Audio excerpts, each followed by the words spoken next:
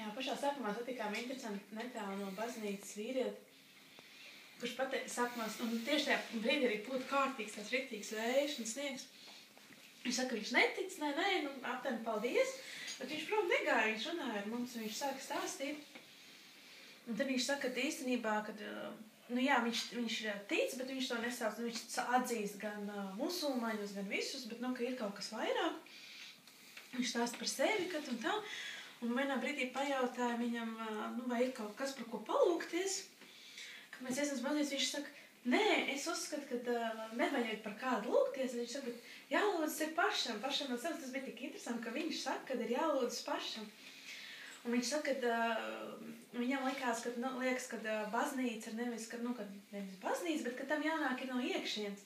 Un bija ļoti interesanti, ka cilvēks, kurš sākumā saka, ka netic, ka viņš īstenībā tik, nu, tādas lietas var pateikt. Viņš runāja, un augsts, un vējš pūs, mēs visi stāv. Bet viņš vēl runā, stāv.